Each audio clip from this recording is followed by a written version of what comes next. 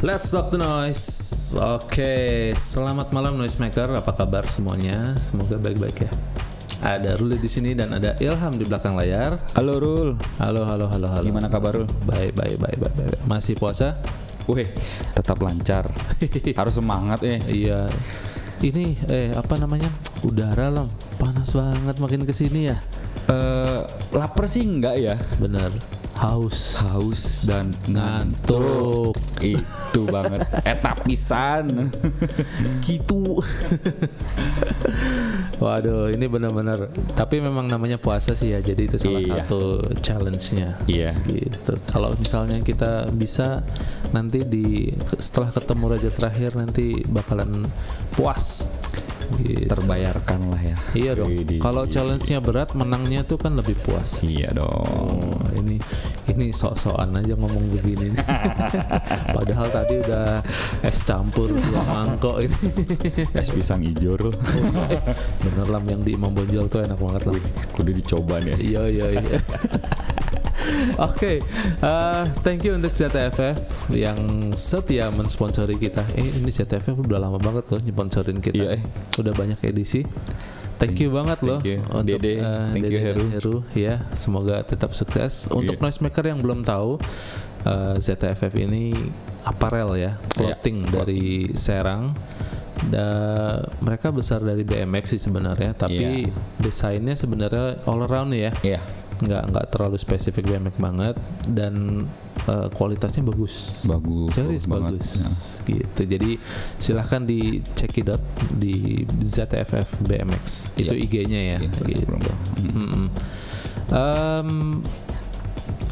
Podcast kita hari ini lokasinya ada di Ridecore. Iya, Ridecore Home Base. Ridecore Home Base di Sukajadi, Bandung. Di mana alamatnya? Sukajadi Bandung kalau nggak salah. Sukajadi. Ridecore ini juga clothing juga ya kalau nggak salah ya. Tapi ini lebih ke headquarternya mungkin ya. Gitu. Jadi kayaknya nggak usah berlama-lama lagi karena bintang tamunya ini sebenarnya teman kita dari Bali dulu. Teman lama pisan ini. Teman lama pisan, tapi sudah bermigrasi ke Bandung. Iya benar. Gitu. Dan kenapa dia ini sampai kita ajak ke podcast? Karena achievementnya lah. Oh ya.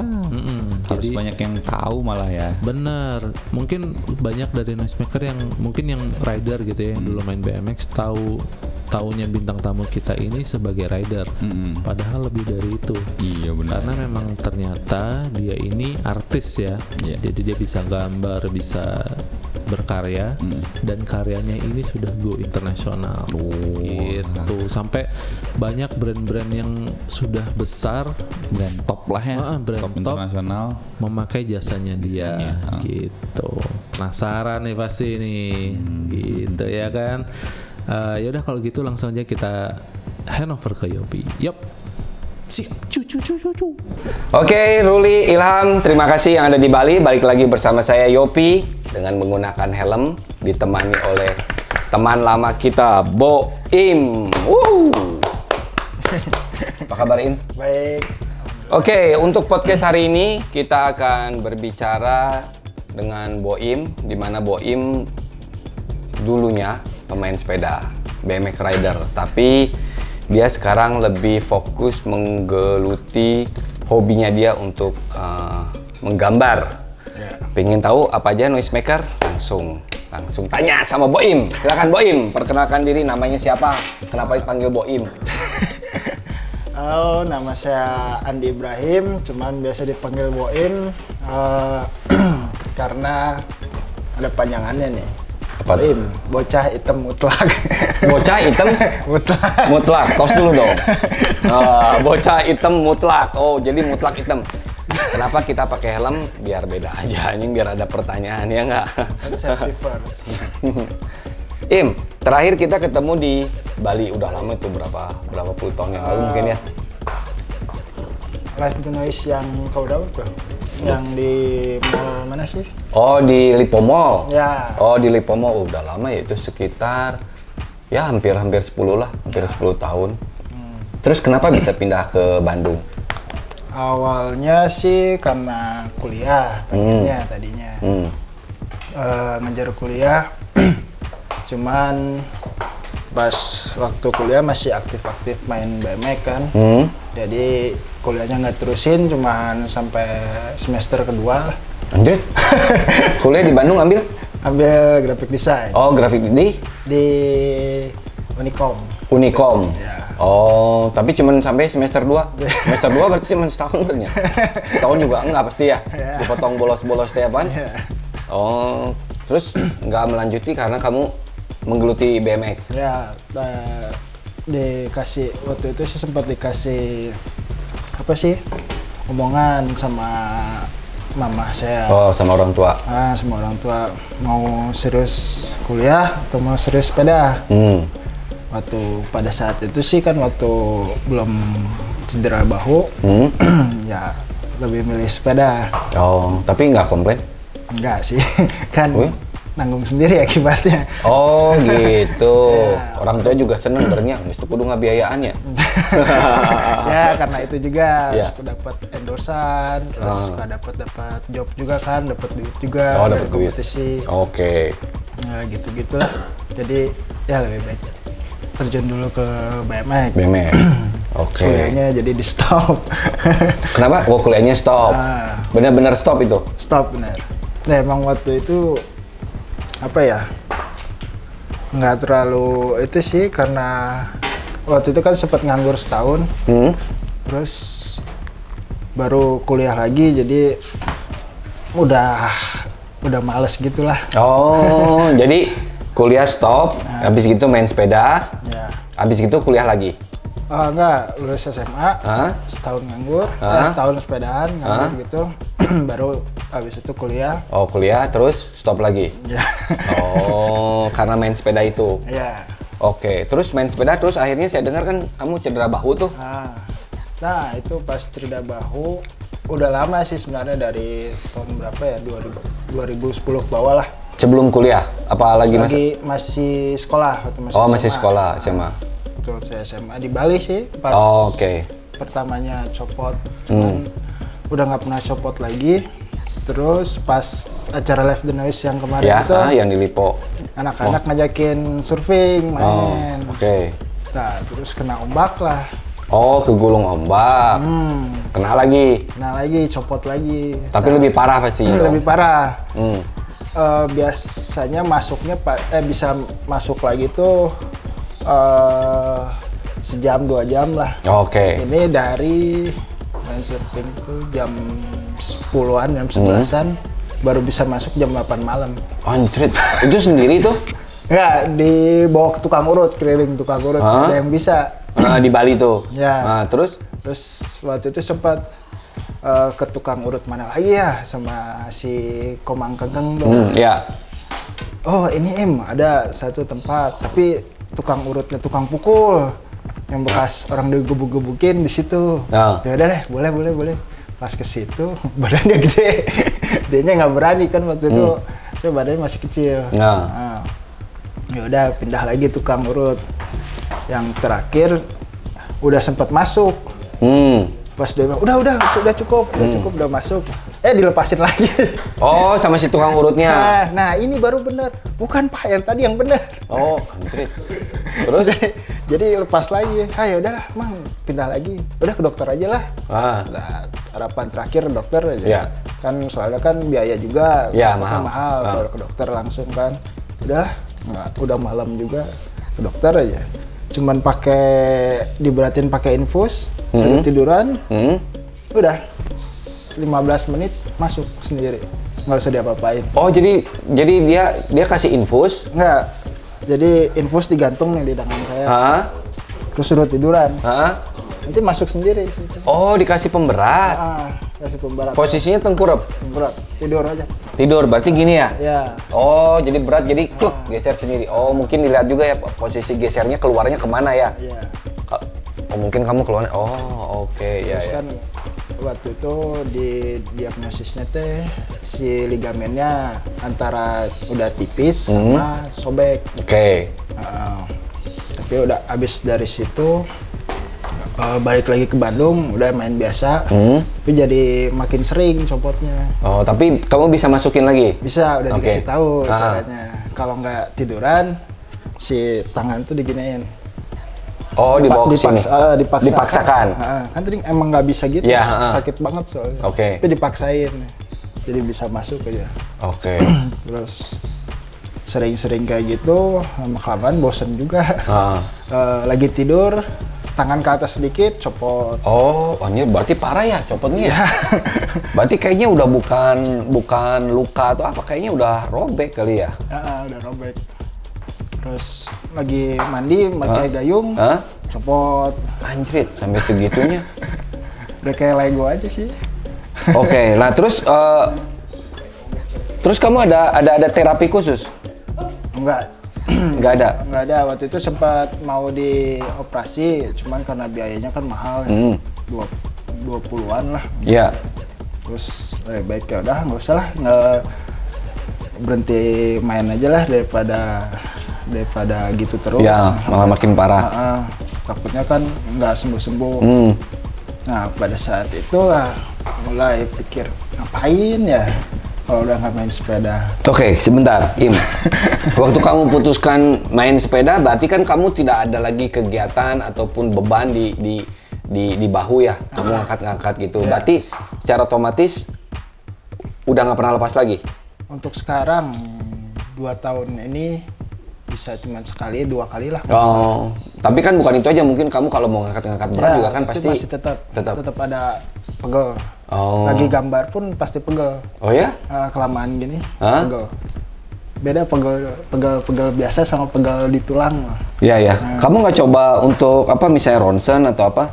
Udah waktu itu. Cuman kan buat kalau ronsen kan yang murah ronsen tulang doang kan. Tapi kalau ronsen ligamen kan dalamnya kan beda lagi harganya. Nah, ya belum nyobain ke situ sih. Oh.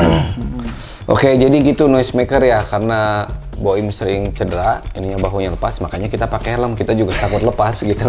Ya, tapi kepala gitu. Jadi kenapa kita pakai helm ya itu karena kita cerita soal bahunya Boim yang lepas, jadi kita pakai helm biar aman. Oke?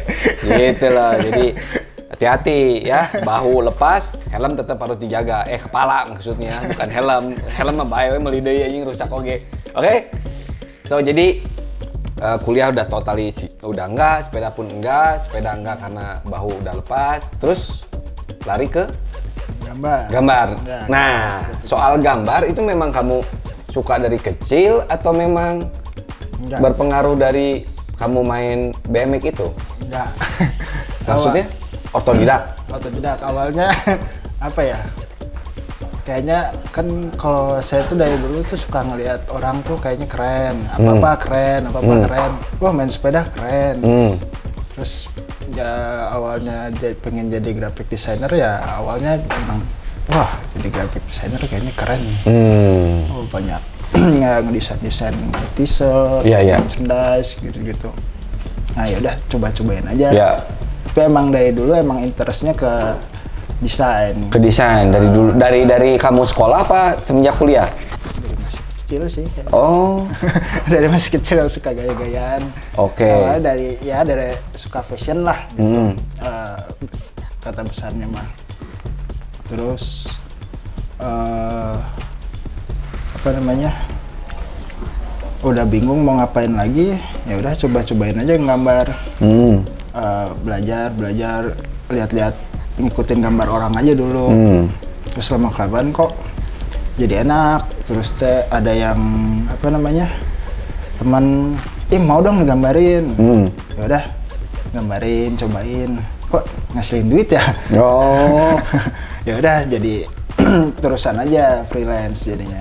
Tadinya freelance. Ya awalnya gambar-gambar untuk baju gitu. Ya, terus clothing orang gitu-gitu. Awalnya dari teman-teman dulu sih. Oke. Upload ke sosial media gitu. Terus dari teman ke teman aja. Ini teman aku ada yang bisa gambar nih. Udah kontakin aja langsung. Gitu sih. Tapi kamu sempat kerja? Kayak misalnya di satu perusahaan atau di perclothingan gitu kamu kerja khusus untuk desain? Awalnya belum. Awalnya belum? Belum. Oke. Awalnya belum, terus dulu sempat pernah ngelamar kerja. Tapi jadi tukang masuk-masukin kan waktu semenjak udah copot tuh. Masuk-masukin CV ke restoran-restoran. Kemana aja lah, pokoknya yang penting kerja. Udah nggak main sepeda kan. Maksudnya sepeda masih, cuman udah nggak terlalu aktif lah. Gitu. Masuk-masukin, keterima di tempat pizza. Tempat pizza, kirain teh bakalan jadi apa ya, pelayan gitu. Nggak tahu jadi tukang cuci piring. Tapi kamu udah, waktu kamu kerja di pizza itu udah mulai. Udah gambar. Cuman belum profesional lah gitu. Masih coba-cobain aja. Kalau ada yang mau ya udah dibuatin. Gitu. Jadi nggak terlalu diserusin ke situ. Cuma butuh kan hidup butuh income lebih lah. Ya udah coba-cobain aja, masuk, keterima cuma 3 hari di pizza. Kamu magang dulu ya di situ. Oh iya, magang dulu. Udah sampai magang pas hari ketiga. Gimana ya? Waktu itu jadi bukan tukang cuci piring, tukang ngelapin sendok sama garpu. Sama kadang-kadang nganterin makanan. Pas nyobain nganterin makanan, ngambilin makanan kotor. Mas, itu tolong diangkat dong. Oh iya, siap. Waduh, banyak gini. Terus? Bentar ya, satu-satu. Saya baru soalnya. Oh iya, nggak apa-apa. Ambil satu-satu. Yang lain mah kan udah banyak. Saya mah cuma satu. Satu balik lagi. Terus pernah juga digodain pas itu. Mas, ya, kenapa? Ini teman saya ada yang pengen foto. Wow. Oh ya? Enggak, tolong fotoin ya. Tapi sebenarnya sih teman saya yang pengen difotoin, teman saya pengen foto sama Mas. Wow. Mungkin mereka tahu kamu main sepeda atau gimana? Tahu juga. Terus pas hari ketiga udah nggak kuat kan, soalnya berdiri terus tuh. Udah baru pertama kali kerja juga kerja kayak gitu lagi. Yes. Udah kayaknya istirahat dulu sehari deh, nggak apa-apa kali ya, minta izin dulu. Nggak taunya besok malamnya dipecat. Berarti memang nggak jodoh kamu memang digambar. Ya, waktu itu juga sempat mikir, pas lagi jam istirahat di situ makanlah sama orang situ kan. Terus ditanya, dulunya kerja di mana? Oh, saya freelance designer. Terus mikir lagi, saya freelance designer, terus ngapain ya jadi tukang ngelapin sendok sama piring? Ada kepikiran kayak gitu, ya juga sih. Ya udahlah, memang jalannya kali ya. Udah dipecat duluan sebelum mundurin diri. Ya dari situ aja cobain mulai fokus lagi ke gambar.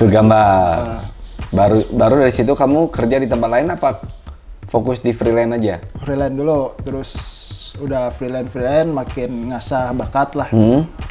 Awalnya emang saya juga nggak, karena awalnya saya nggak bisa gambar, karena belajar terus ya bisa lah. Terus ditawarin sama temen yang kerja di salah satu brand lama di Bandung. Apa tuh? Nggak apa-apa, sebutin aja sini mobil. Si Bejer. Oh, Bejer, oke. Tawarin di situ. Si Bejer minta gambar. Kamu bisa nggak ke kantor? Saya pikir mau freelance. Saya kan nggak ada niatan buat itu. Buat kerja lah. Masih enjoy aja sama freelance. Sampai di situ, nggak tahu ya, tiba-tiba ditawarin gaji. Kamu udah ngobrol panjang, kamu nggak nanyain gaji? Oh iya, gaji saya berapa? Gaji saya segini-gini. Mau nggak? Kalau mau kerja besok datang. Oh ya udah kerja aja daripada itu coba-cobain. Terus udahlah kerja di situ selama 4 tahun. 4 tahun. Tapi waktu kamu interview itu kamu kasih gambar? Iya, kasih gambar, ada portofolio. Oh, ada portfolio. Nah, emang sebelumnya udah punya portofolio. Oke, berarti pihak Bejer tertarik lah. Buat ngajuin ke brand-brand kan juga kan.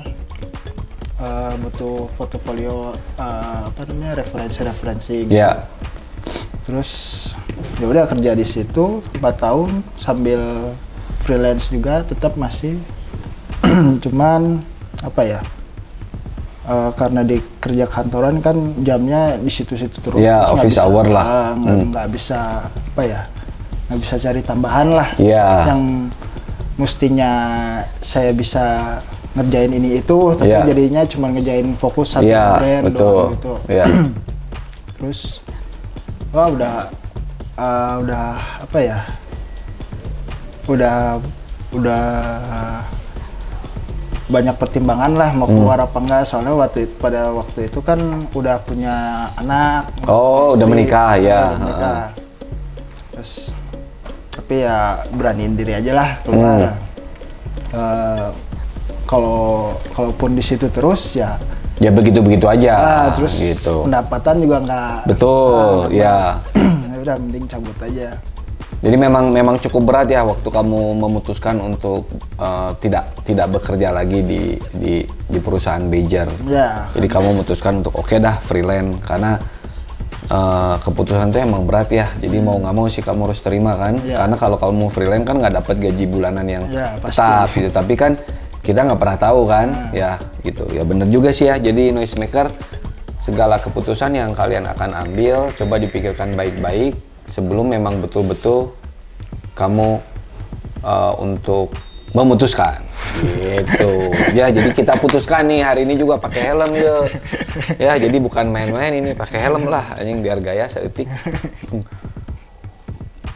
Nah terus berarti kan setidaknya kamu selama bekerja di Bejer 4 tahun kan pasti kamu dapat hal-hal yang baik lah. Pasti, ya dapat kenalan yang baru, kemudian dapat kan semua pasti difasilitasi lah walaupun tidak 100% mungkin ya nggak tahu, tapi kan setidaknya kan kamu bisa belajar di sana. Ya, banyak. Nah, pada saat kamu memutuskan untuk tidak lagi bekerja di Bejer, pasti dong Bejer juga nggak mau kehilangan kamu. Ya, dimana kamu seorang desainer udah 4 tahun. Seorang desainer itu nggak berbeda jauh seperti chef, juru masak gitu ya, tukang masak di restoran. Kenapa customer atau restoran bisa rame? Karena kan makanannya itu kan enak, cocok gitu loh. Nah begitu si chef itu keluar, itu kebanyakan tuh restoran tuh malah jadi sepi, gitu loh, karena tesnya yang kurang. Nah si Bejer juga pasti saya pikir punya pemikiran seperti itu dong. Yang tadinya kamu dari garis tangan kamu yang begini yang sudah dibentuk, akhirnya terus kamu memutuskan untuk keluar. Nah pihak Bejer gimana? Apakah ada tawaran menarik? Oh udah gajinya gua naikin aja. Ya kan bisa begitu kan? Ya awalnya juga gitu. Dari tahun ketiga udah pengen ngundurin diri. Oke. Nah, kan gaji juga naiknya lama, naiknya setahun sekali gitu. Terus dari tahun 3 udah pengen ngajuin itu, terus cuman ditahan-tahan sama ownernya.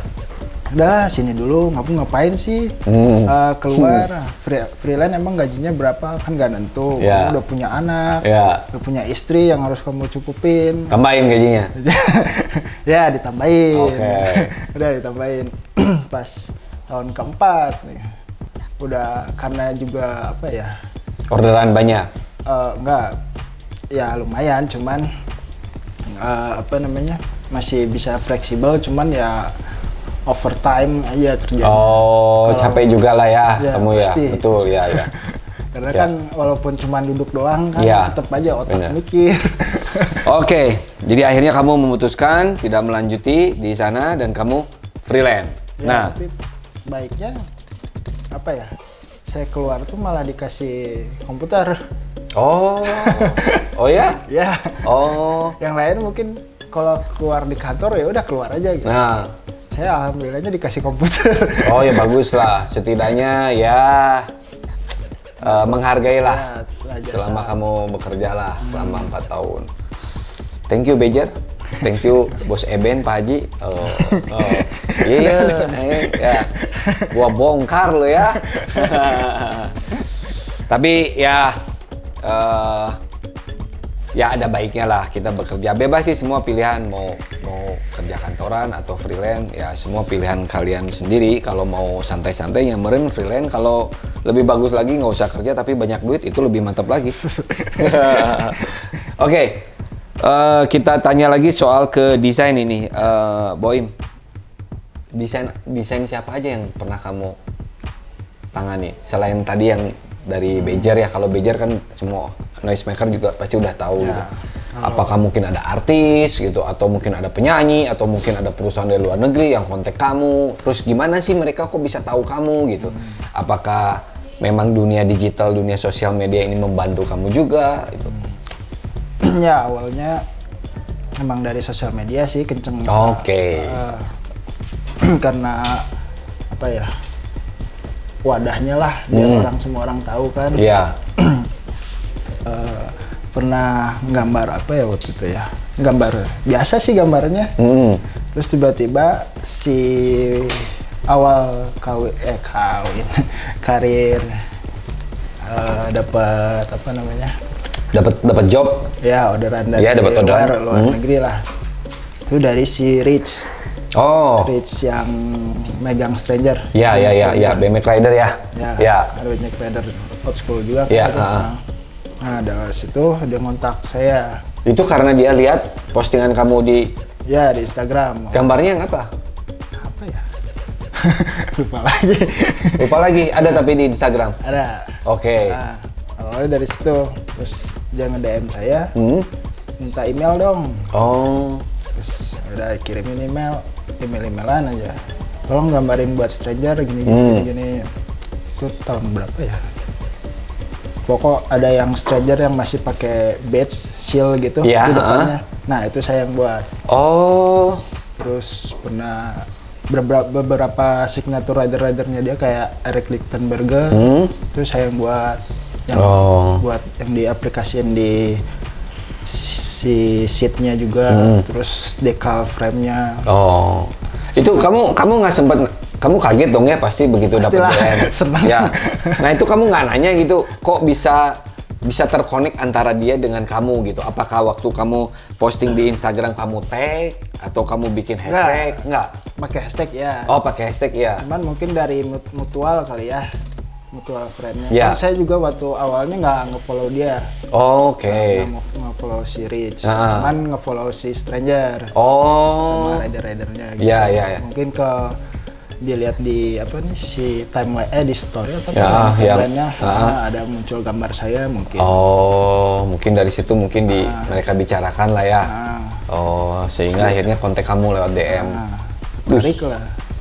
Itu terus akhirnya abis seketuk kali terus selama setahun. Oh ya? Freelance aja? Ya, freelance-nya atau? Iya, nggak maksudnya freelance-nya. Sama si Rich-nya kan freelance kan jadinya? Ya. Jadi beli per desain kan? Ya, putus. Tapi kamu tahu kalau di Stranger itu ada desainer lain lagi atau hanya cuman kamu aja? Nah, nggak tahu kalau itu. Tapi cukup lama juga ya, setahun? Ya, setahun. Iyalah, setahun. Tiap bulan mereka pasti order nggak? Tiap bulan. Paling tergantung permintaan dia maunya apa sih. Jadi misalkan soalnya kan nggak tentu dia juga kan nggak apa namanya, nggak kayak clothing lah tiap bulan ada desain, harus ada desain baru ya. Gitu. Nunggu signature itu. Oke. Nah, terus pernah masuk Interbike juga kok. Oh ya? Yang Interbike yang kapan ya? Pas itu si Ride BMX ngaliput si Stranger, pas ada gambar saya juga di situ. Dimasukin dah. Ke Interbike itu. Yeah. Nah, yang bicara lagi yang soal tadi yang Stranger itu. Tentu waktu kamu dapat orderan dari mereka pasti kasih tahu dong, kayak saya mau gini atau hanya ya udah terserah lu pokoknya gini gitu. Pasti ngasih rekomendasi lah. Pasti ngasih brief kalau brief. Setiap desain pengen kayak gini, pengen kayak gitu. Terus coba dikembangin aja selebihnya. Itu kamu biasanya kalau dia order satu kamu kasih ada pilihan? Iya, pasti. Oke, itu Noisemaker ya kalau mau pesen nih sama dia nih. Jadi ada pilihan, jadi kamu nggak bingung. Tapi semakin banyak pilihan biasanya semakin rudet. Iya, ininya yang rudet gitu loh. Nah kalau kayak gitu-gitu, terus kalau udah jadi pasti misalnya ada 3 gambar nih, 3 pilihan. Saya pilih yang A. Tapi saya mau revisi sedikit gini bisa? Boleh? Bisa, pasti ada revisi. Pasti itu. Itu dikasih berapa kali biasanya? 2 paling. 2 kali? Oke. Udah nggak terus-terusan ya, rubah. Nggak apa-apa sih, tapi ya nambah juga fee-nya. Tapi kalau misalnya harga per desain, harga per desain sekian. Batas revisi 2 kali. Ya. Lewat dari itu ada kena cas. Ya pasti. Oke. Ngobrolin masalah desain berapa? Segini. Itu bayarnya pakai RP apa pakai yang S ada garis 2? Coret. Oh, S coret. Aduh. Mikir dulu ya, noisemaker kalau mau pesen sama dia pakai dolar, tapi saya pernah juga pesen sama dia. Nggak ngaruh mau dolar mau rupiah, karya seni mah jangan dilihat dari uangnya. Tuh, ya nggak. Selalu pakai helm, lagi kalau lagi naik motor ya, biar nggak ditilang. Im, ngobrolin soal desain ya, yang tadi juga harga juga Boim nggak mau kasih tahu tapi it's okay. Yang paling mahal harga desain yang pernah kamu terima berapa? Berapa ya? Kan kalau harga desain kan itu terlalu personal. Tapi ada dong yang kamu pernah cas harga desain ini 10 juta gitu. Misalnya kita kan nggak pernah tahu. Nah itu berapa yang pernah kamu dapatkan? Paling $250. $250 satu desain. What the fuck? $250 noisemaker satu desain. Tinggal kaliin. Waduh, itu kalau kali 10.000 2,5 juta. Padahal sekarang $1 15.000. Tinggal kaliin aja, nggak tahu tak seberapa. Wow, itu desainnya ribet atau gimana? Pattern waktu itu. Cuman Pattern tuh maksudnya gimana? jadi banyak-banyak gitu. Oke. Full print lah. Oke, itu untuk kaos doang? Buat kemeja waktu itu. Itu tuh yang ordernya yang punya Sulen. Oh, Sulen kaos itu? Sulen clothing. Ya, oke. Cuman punya side brand, namanya Pardi brand gitu. Tapi diproduksi itu desain kamu? Produksi. Ada di Instagram? Ada. Di Instagram. Coba lihat, buka dong. Kita kasih lihat sama noisemaker. $250 bro. Anjrit. Nggak tahu udah di itu apa belum tapi ya. Soalnya kan ada banyak desainer juga. Jadi dia nggak fokus ke saya. Tapi coba kasih lihat coba. Desain seharga $250 tuh yang kayak gimana? Kalau desainnya Tuh ngeri juga ya. Satu desain anjrit. Kebayang kalau dapat 10 desain, $250, 10. 2.500 simpel bro. sih. Beli lagi sepeda dong. Gini doang. Oh gini doang. Gitu doang. Gini doang. Ini loh. Tuh. Gini doang $250. Kalau yang penasaran, follow Instagramnya Andi_Ibrahim, IBRHM. Follow dulu Instagramnya Love the Noise sebelum follow ini. Ya. Gini doang ya? Cuman kan ada banyak slide-nya tuh. Oh. Jadi ada beberapa karakter. Oh, dari beberapa karakter dijadikan satu. Ya.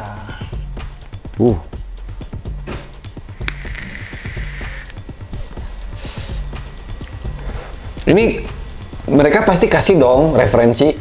Referensinya justru dari saya. Oh, nggak tahu. Lah. Dulu pernah ngontek-kontekan sama si Sulen. Terus mau dong gambarin, cuman nggak ada kabar lagi, menghilang. Ya, terus? Tanyain apa nih mau bikin project lagi? Ya.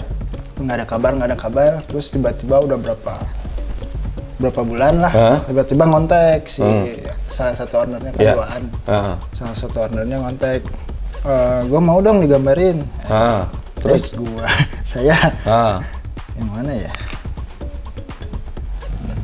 Lemot lagi. Oh, berarti yang $250 itu referensinya dari gambar saya. Referensi dari kamu, tapi itu udah desain yang keberapa kali gitu? Apa ini pertama kali? Pertama, cuma sekali aja berarti dia order? Ya. Kemahalan meren, nanya. Ini kan soalnya kan patternnya banyak. Oh, tapi dia nggak nawar? Enggak. Soalnya kan saya juga bingung, kaget waktu itu. Kok nggak nawar ya? Langsung untuk pembayaran itu aja ke marketing. Oh. Nah, yaudah saya email aja. Itu menurut kamu harga itu pantas? Menurut saya pantas. Kalau dibandingin sama yang desainer-desainer lain. Oh, desainer lain pasti lebih mahal? Ya, kan saya karena itu orang luar ya saya patokannya sama desainer luar. Oh. Nah, masa saya matokinnya sama desainer lokal kan jomplang. Iya benar. Pokoknya kalau orderan dari luar berarti kamu sesuaikan dengan tarif di luar. Iya, pasti. Indonesia. Iya. Mungkin kalau Indonesia tarifnya luar kan. Tapi Indonesia banyak nawarnya. Ya pastilah. Tuh, ya jangan nawar noisemaker. Karya seni itu nggak boleh ditawar. Ya, tapi saya juga nawar kemarin ya. Ya, orang Indonesia itu gitu. Jadi kalau beli sesuatu kalau nggak nawar tuh kayaknya nggak pas gitu. Wajar-wajar aja sih ya, boleh nawar tapi tong-tentingan ya, misalnya harga $250 terus kamu tawar $50 nya teng-tentingan payahan wae ti orok anjing. Tapi ada juga sih yang orang luar nawar. Oh ya? Ada juga? Ada. Nawarnya tapi gelo-gelo oge. Iya. Oh, biasanya tetap bertahan. Kadang ada yang bisa, kadang ada yang enggak. Tergantung saya juga sih gimana. Kalau saya lagi butuh uang ya nggak apa-apa lah. Kalau lagi ada uang, nggak mau. Oh, berarti kalau mau pesen desain ya sama desainer siapapun, nunggu tanyain dulu, kamu lagi butuh uang nggak? Nah, kalau pas lagi butuh uang, kamu kasih orderan. Itu kuncinya. Ya, noisemaker saya kasih tahu tuh trik-triknya. Bagaimana mendapatkan desain yang murah. Kamu tahu. Itu mah udah pasti, nggak akan mungkin keret celi orang sok. Ya. Desainer siapapun juga pasti. Iya pastilah, sekaya apapun ya, punya tanah banyak pun begitu kapepet mah anjing, kudadas mah murah anjing. Ya sok anjing kayak sekarang lagi corona, teboga duit dadas anjing jual murah. Tapi rek meuli kumaha urang gitu teboga duit. Geus ah, tong loba ngabanyol anjing lieur. Jadi $250. Wow, kamu kaget juga ya. Nggak ditawar lagi. Ya. Terus ada revisi tapi itu? Nggak ada? Nggak. Jadi kamu desain aja? Ya. Sesuai dengan apa yang dia mau gitu? Enaknya sama orang luar rata-rata sedikit sih revisinya. Oh, pokoknya cuma saya pengen gini, terus kamu Oke, langsung. Anjir. Oke, nice, good. Berapa lama ngerjain itu? Seminggu kurang? Nah. Tapi memang ada deadline dong biasanya? Kalau saya biasanya paling lama seminggu. Paling lama. Oh, terus yang paling murah? Paling murah dulu waktu awal-awal. Berapa? 50.000, 75.000. Oh, satu desain untuk lokal. Iya, lokal.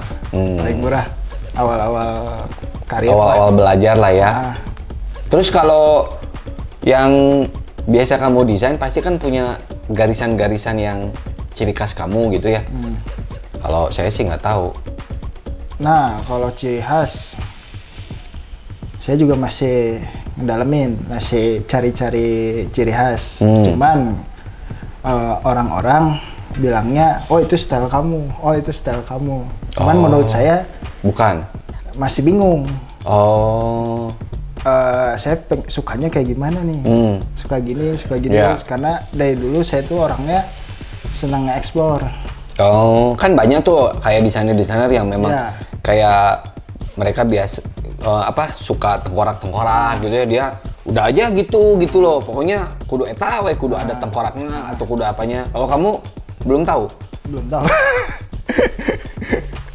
Nah, itu yang apa ya, kadang suka kesal sendiri gitu. Apa namanya? Kenapa sih yang lain punya karakter? Gitu? Ya karakter. Sedangkan saya kok berubah-berubah, nggak tahu pikiran saya, nggak tahu apa nggak tahu mood saya gitu. Ya, sampai sekarang sih masih. Apa karena kepepet? Nih orang butuh duit, yang nggak usah gambar naon we gitu. Ya, itu salah satunya. Oh, itu juga salah satunya. Jadi, ya, kalau udah sama masalah kepepet, kepepet tuh aku butuh uang. Jadi gambar apa juga jual aja. Tapi kalau saya sih nggak itu sih. Kalau freelance saya tergantung klien. Bukan tergantung saya. Oke. Dari dulu. Jadi klien mau apa, saya bisa ya kerjain. Tapi kalau menurut kamu ya dengan orang, kalau nggak tahu ya, kalau menurut saya ya, kalau orang yang sudah punya karakter, begitu kita mau pakai dia, bukan, nggak deh, gitu kan. Kalau kamu kan terlalu universal gitu, ya mungkin itu satu kelebihan kali ya. Ya kan, kalau kamu punya karakter, kayaknya orang juga mau order juga. karakternya dilihat kan pasti mereka juga punya referensi dong. Lihat-lihat gambar-gambar kamu, nah kiwainya mirip-mirip kan begitu, betul nggak? Tapi kalau kamu karakternya sedikit berubah, kadang-kadang begini begitu, ya bagus juga ya buat kamu, bener nggak? Ya sih salah satu keuntungannya itu. Soalnya juga kan klien saya beda-beda, nggak semuanya satu genre gitu. Betul. Jadi kadang ada yang ngerjain logo buat perusahaan, kayak pernah waktu itu dapat perusahaan apa ya, diving gitulah di NTT gitu kalau nggak salah, ya di NTT. Ya itu ngerjain logo casual aja, kayak untuk logo. Ribet ya? Enggak sih. Oh ya, lebih enak logo atau lebih enak desain gitu? Sama aja sih. Oh ya? Tergantung kliennya. Kalau kliennya nggak ribet, ya sekali nunjukin, udah oke, ya udah. Oh. Jadi gitu. kadang saya cuma ngasih referensi sketsa, sketsa acak-acakan lah di kertas gitu, pensil. Ada banyak, terus saya satu-satuin di Photoshop, terus kirimin. Kamu mau suka yang mana? Jadi kalau dari dulu saya tuh biar klien saya yang berimajinasi. Oh. Bukan saya. Jadi kamu bikin kayak oretan-oretan dulu lah. Oh. Nih kamu imajinasiin kamu. Semoga kamu bisa berimajinasi sama gambar-gambar ini. Nanti jadinya bakalan kayak gimana gitu. Oh. Nanti jadi, baru si klien bilang sama kamu. Ya, suka yang ini. Oh oke. Baru saya visualin lewat komputer. Oke. Bener-benerin. Terus udah ACC yang kedua, oke ya udah. Oh beres. Gitu. Saya pikir kamu gambar dulu semua baru kasih enggak ya? Enggak, capek. Oh, iya benar. Nanti kalau nggak di ACC kan ngerubah lagi pasti lama lagi kalau udah jadi digital. Iya, benar banget. Waktu itu pernah juga brandnya si Sindrikani, yang ridernya Colt. Iya. Aku cuman ngasihin oret-oretan dari pulpen aja. Di satu kertas lembar gitu full, fotoin aja. Oh. Kamu pengen yang mana? Wah jelek, pokoknya jelek ya, oret-oretan. Terus? Ngambil berapa ya? 9 apa 6 gitu lagi. Ini dibulet-buletin aja. Oh ya udah, dibikinin visualnya, udah. Mantap ya. Pernah di itu lagi dipakai sama si Devon Smiley pas di acara X Game. Terus kan diliput tuh si Devon Smiley menang kok nggak salah. Juara 2 kok nggak salah, ada X Game yang keberapa gitu. Terus di big screen gitu. Ada pakai gambar. Oh gitu. Im, selama kamu ngedesain ya, pasti pernah dong dapat klien yang menyebalkan. Pasti. Itu karena apa? Karena desainnya jelek, atau karena kliennya nggak ngerti, atau karena memang cerewet? Karena apa ya? Kalau buat desain kayaknya enggak, cuman kayaknya selera sih. Oh, lebih ke selera. Biasanya. Oke. Jadi revisinya sampai berapa kali gitu. Terus padahal ngerubah-rubah dikit, gini kurang, masih kurang. Gini kurang, masih kurang. Oh ya? Ada juga yang kayak gitu ya? Ada. Terlalu perfeksionis atau memang si kliennya memang nggak paham? Nggak paham ya? Ini udah bagus nih, diginiin. Enggak, kurang. Oh ya udah, mau saya sih ngikut-ikutin klien aja, yang penting kan dapat duit cair. Ya, kan soalnya revisinya kan nambah biayanya. Tapi kan pasti hilang mood ya kalau kayak gitu ya. Pasti.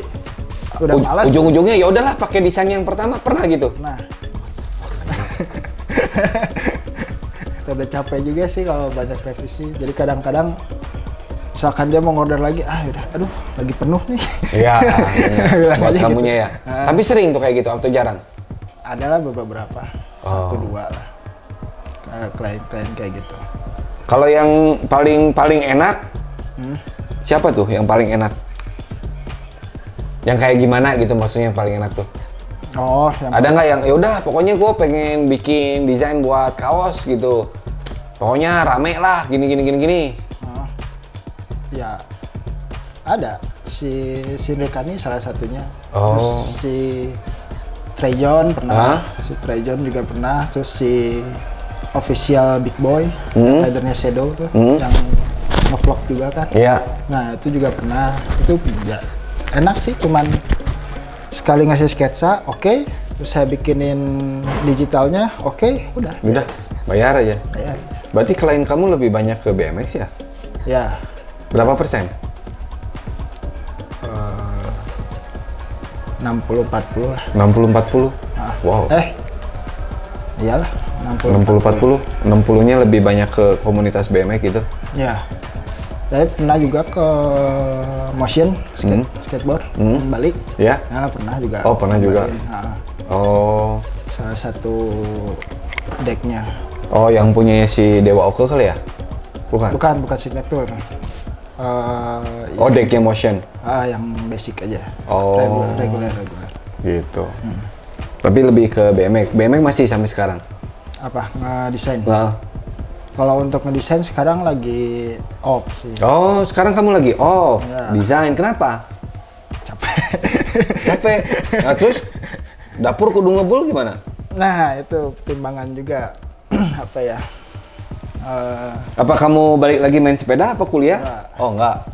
Masih tetap di bidang desain, cuman kerjanya apa ya? Capeknya sekali. Duitnya banyak? Lumayan. Ya sama-sama aja sih sama freelance, cuman kalau freelance kan dituntut apa ya? Deadline lah, Yeah, terus okay. sama revisi lah, Yeah. terus kan ngerjainnya juga nggak sebentar gitu. Setengah jam jadi. Terus sekarang akhirnya jadi kamu lebih mengerucut lebih ke desain juga tetap berhubungan sama graphic design. Oke, cuman bikin font doang. Oh, bikin font. Ya kayak ABC sampai Z tuh ya kan, kayak ada yang digini kayak kaligrafi lah ya. Oh, jadi itu kamu ngedesain sendiri, terus kamu jual. Ya. Tapi kan yang saya tahu teman-teman saya juga orang desain sekarang banyak pada bikin kaligrafi gitu. Tapi itu kan lettering. Bukan kaligrafi. Oh, lettering ya. Kalau saya dalam bentuk fontnya, digitalnya. Bisa lihat kayak gimana sih? Kayak gimana ya? Tapi kalau perihal kayak gitu gimana caranya ngematenin kalau ini hasil karya saya gitu loh? Kan nanti di datanya ada. Di data di mana ya? Di data si fontnya. Oh, berarti kamu harus daftar gitu? Iya. Ada pas di softwarenya kan gitu ada ngisi-ngisinya gitulah. Oke, I see. Jadi ini lebih enak menurut kamu? Lebih nyantai. Lebih nyantai? Nggak enak mah nggak sih, sama aja. Oh. Lebih susah malah. Cuman kamu berimajinasi aja udah bikin font, terus kamu daftarin gitu? Iya. Jual di itu sih di apa namanya marketplace gitulah. Di marketplace luar. Oke. Ceritain dong gimana sih caranya, karena yang setahu saya kan saya punya teman juga ya, dia graphic design. Dia pernah bikin juga font kayak gitu, tahu-tahu dipakai sama orang lain gitu loh. Oh. Nah mungkin yang make juga kan nggak tahu ya, mungkin gaptek atau gimana gitu, terus terjadi ada ya komplain lah gini-gini. Nah itu gimana sih sebetulnya rulesnya tuh gimana gitu loh, supaya noisemaker yang memang mau coba-coba bikin font, nah itu bisa tahu gitu loh.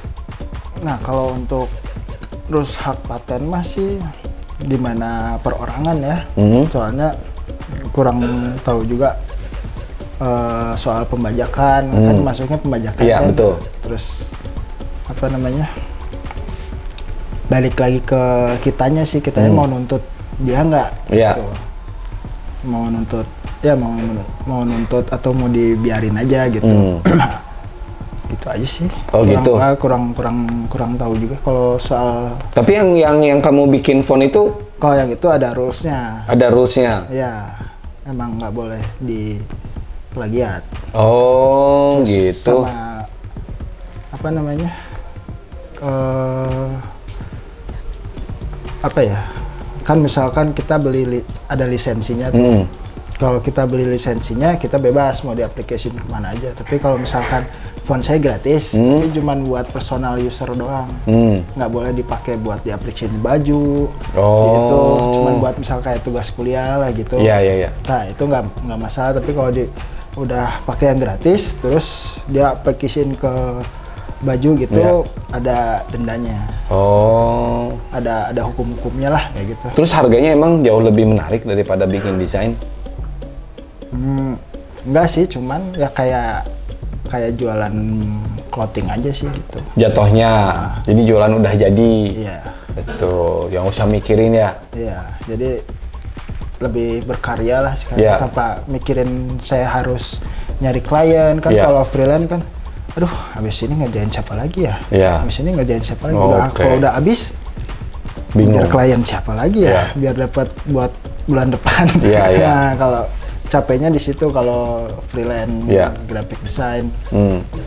Terus lama-lama mumet juga, terus apa ya, emosional kan juga. Kalau saya kan kerjanya juga di rumah, di apartemen lah, yang cuman kayak kos-kosan aja. Di situ ada anak saya, ada istri saya, kan apa namanya, fokusnya jadi kurang. Udah ngajak main lah, kayak gitulah.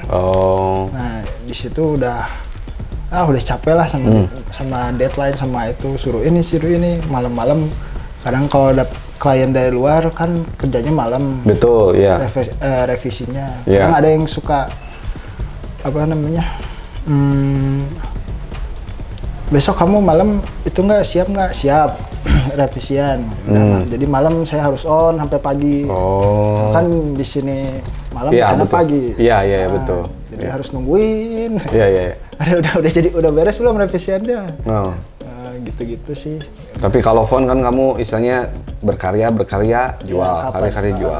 Kapan saya ada waktu ya udah saya kerjain. Tapi nggak instan juga sih. Soalnya saya kerjain itu juga udah dari lama, dari semenjak saya freelance.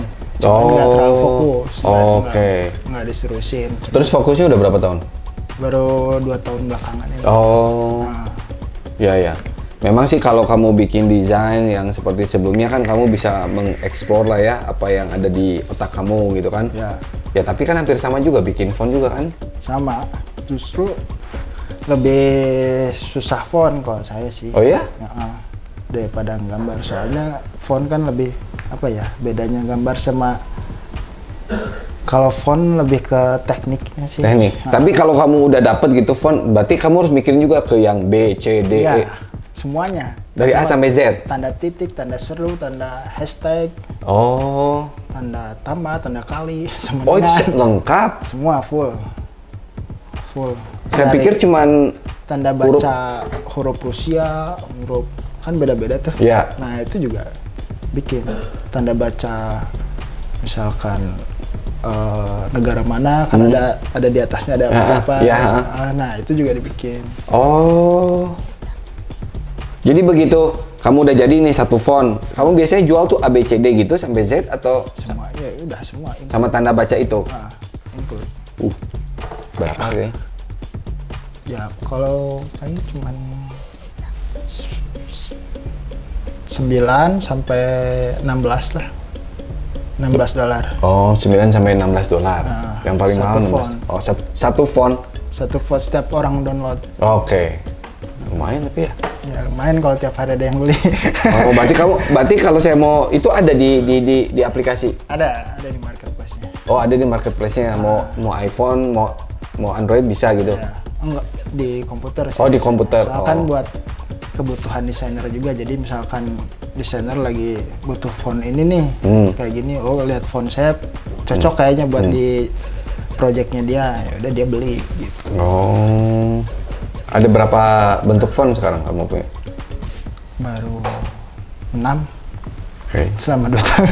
Selama 2 tahun? Lama juga sih bikinnya, kan soalnya saya juga sambil belajar, masih baru-baru juga.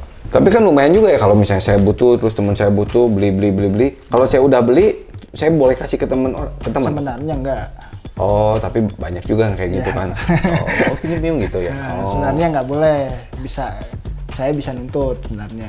Tapi balik lagi ke kitanya mau nuntut apa enggak. Kalau nuntut ya emang udah ada hukumnya gitu. Jadi ya gitu. Fair sih sebetulnya ya. Lebih ke apa ya? Istilahnya lebih ke ya menghargai karya orang lain. Kalau kamu beli ya beli udah buat keperluan kamu aja gitu, jangan dibagi-bagi, jangan dipotokopi ya. Gitu. Oke, Boim, kasih dong sedikit wejangan ini buat para noisemaker yang mau memulai di graphic design. Apa ya?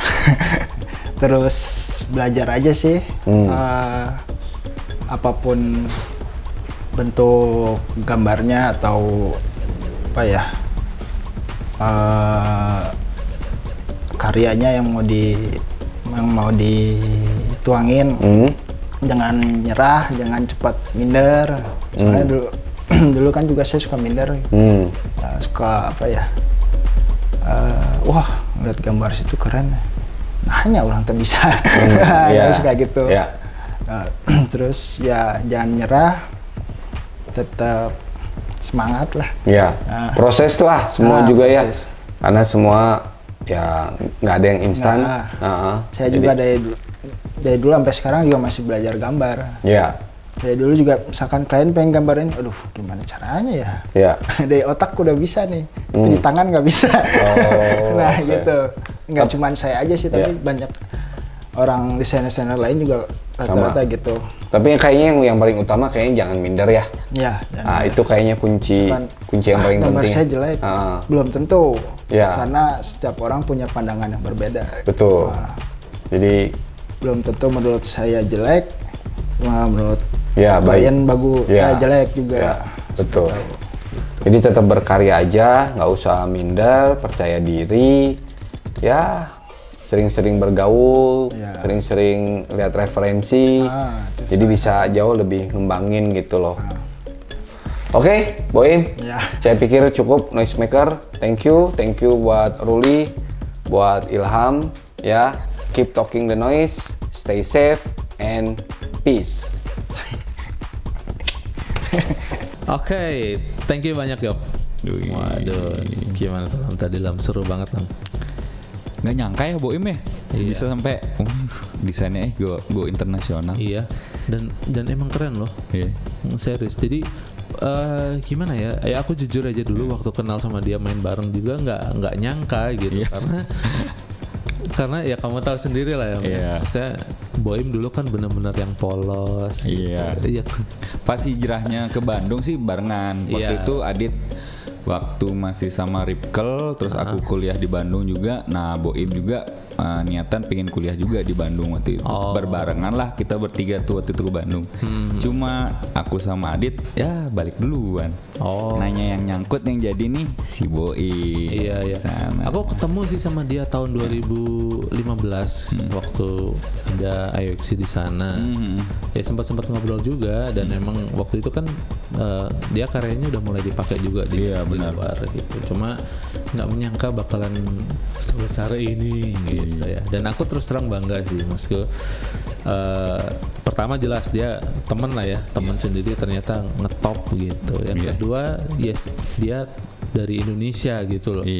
Senegara yang istilahnya ketiga lah ya, negara ketiga gitu, yang negara berkembang, ternyata itu tidak menutup kemungkinan bahwa karya kita tuh secara otomatis akan jelek gitu tuh enggak gitu, bahwa terlepas dari negara mana, dari status berkembang atau maju dan segala macam, namanya karya bagus tetap aja karya bagus gitu.